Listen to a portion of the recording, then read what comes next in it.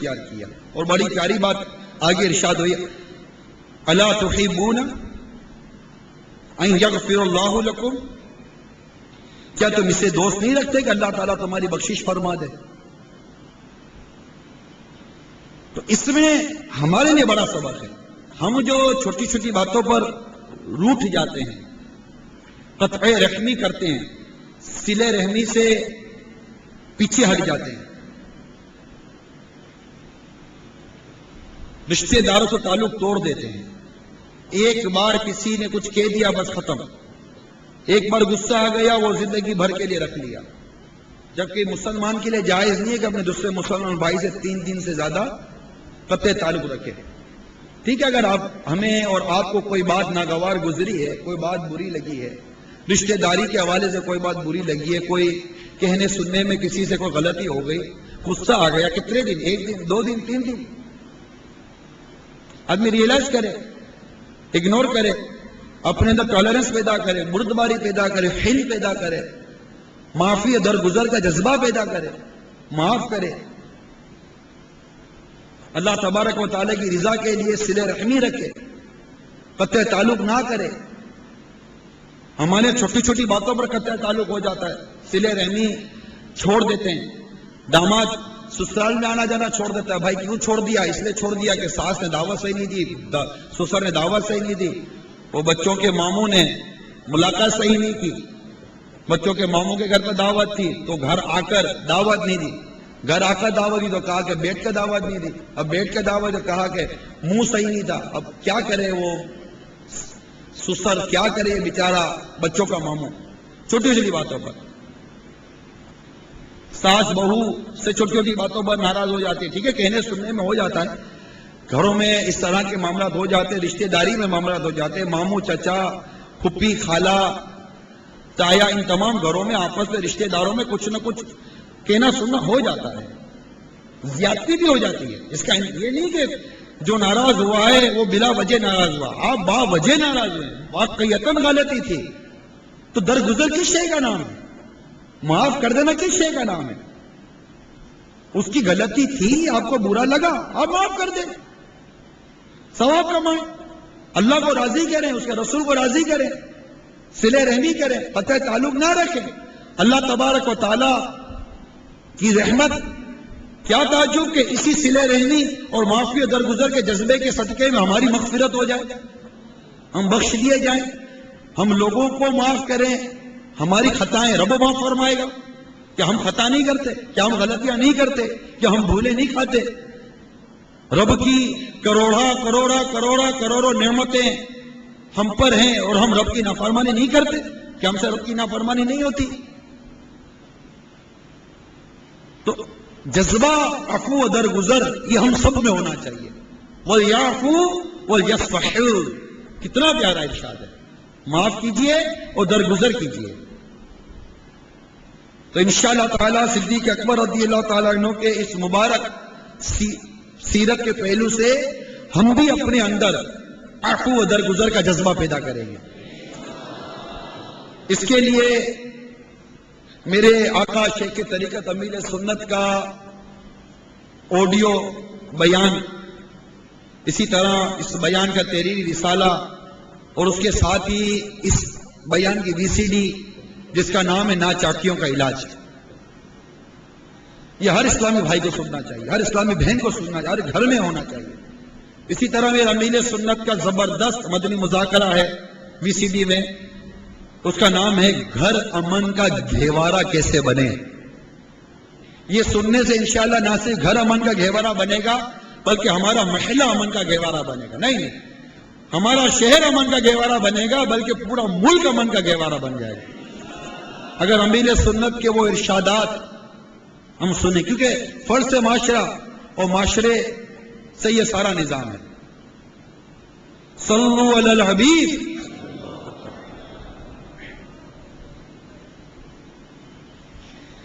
میٹھے میٹھے پیارے پیارے اسلامی بھائیوں، آپ نے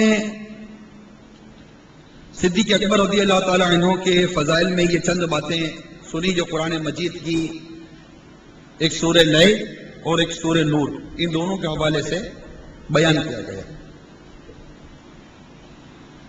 صدیق اکبر رضی اللہ تعالی عنہ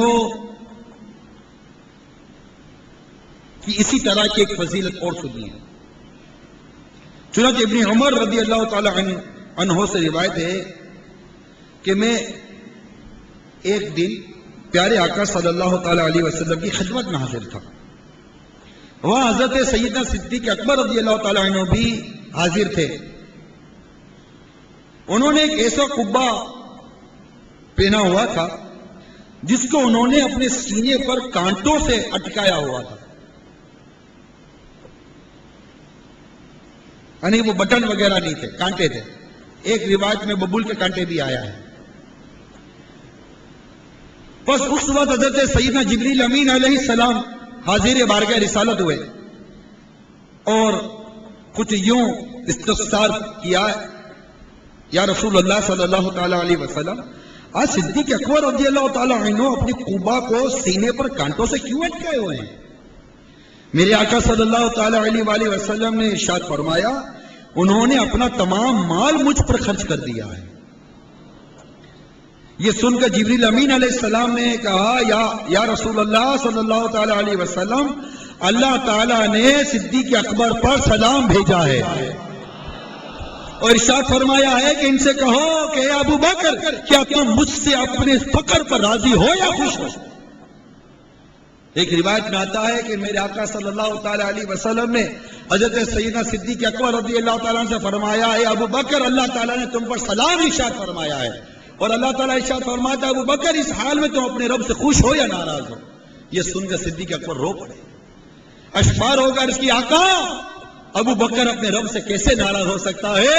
میں اپنے رب سے راضی ہوں، میں اپنے رب سے راضی ہوں، میں اپنے رب سے راضی ہوں. تو یہ مقام ہے صدیق اکبر رضی اللہ تعالیٰ عنہ کا. اسی طرح ایک روایت میں آتا ہے کہ پیارے آقا صلی اللہ تعالی علیہ وسلم کو یہ فرماتے ہوئے سنا گیا کہ جبریل امین علیہ السلام پیارے آقا صلی اللہ تعالی وسلم کے پاس حاضر ہوئے اور انہوں نے کہا، آقا، اللہ تبارک و تعالی ارشاد فرماتا ہے کہ آپ ابو بکر سے مشورہ کر لیا کیجئے. کتنا عظیم مقام! جبکہ یہ روایت یاد رکھیے گا کہ اللہ عز و جل اور اس کا رسول یہ مشورے سے مستغنی ہے. اگر یہ فضیلت ہے صدیق اکبر رضی اللہ تعالیٰ عنہ کی کہ پیارے آقا صلی اللہ تعالی علیہ وسلم کو رب کا ارشاد پہنچایا گیا کہ آپ صدیق اکبر سے مشورہ کر لیا کیجیے. واہ! طبرانی، ابو نعیم وغیرہ نے باروایت معاذ بن جبل رضی اللہ تعالی عنہ بیان کیا ہے کہ جب رسول پاک صاحب الاولیاء صلی اللہ تعالی علیہ وسلم نے مجھے یمن بھیجنے کا ارادہ فرمایا، حضرت معاذ بن جبل رضی اللہ تعالی عنہ کو، تو آپ نے ایک مجلس مشاورت قائم فرمائی جس میں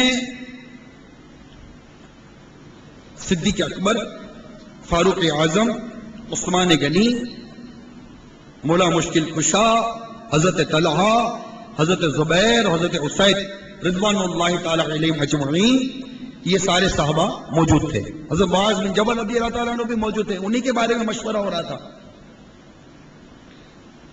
اور کسی ایک معاملے پر مشاورت جاری تھی. صدیق اکبر رضی اللہ تعالیٰ عنہ نے اپنی رائے کا اظہار فرمایا، اپنے رائے کا اظہار کیا کہ میرا مشورہ یہ ہے. سارے صحابہ رضی اللہ تعالیٰ عنہما یہ صدیق اکبر رضی اللہ عنہ کی رائے پر متفق ہو گئے. میرے آقا صلی اللہ تعالیٰ علیہ وسلم نے حضرت معاذ بن جبل رضی اللہ تعالیٰ عنہ سے ارشاد فرمایا، آپ کیا فرماتے ہیں؟ انہوں نے بھی یہی عرض کیا، آقا میں بھی صدیق اکبر رضی اللہ تعالیٰ عنہ کے مشورے سے متفق ہوں. اس پر میرے آقا صلی اللہ تعالیٰ علیہ وسلم نے ارشاد فرمایا کہ اللہ تعالیٰ کو یہ پسند نہیں، اللہ تعالیٰ کو یہ پسند نہیں کہ ابو بکر غلطی کرے. ابو بکر غلطی کرے یہ میرے رب کو پسند نہیں. کتنی بڑی فضیلت ہے، اور میرے رب کی بارگاہ میں صدیق اکبر رضی اللہ تعالیٰ عنہ کا مقام کتنا بڑا. اور اس روایت سے دعوت اسلامی والوں کو بڑا پیارا سبق ملا کہ ہمارے آقا صلی اللہ تعالی علیہ وآلہ وسلم کسی معاملے میں مشاورت فرمایا کرتے ہیں. بالخصوص میرے ان اسلامی بھائیوں کی اس میں بڑی پیاری بات اور بڑا مدنی پھول ہے جو مشورہ کرنے کے عادی نہیں. اپنی چلانے کے عادی ہوتے ہیں. اسی طرح گھر کے سربراہ ہوتے ہیں، ادارے کے لوگ ہوتے ہیں، دفاتر کے لوگ ہوتے ہیں.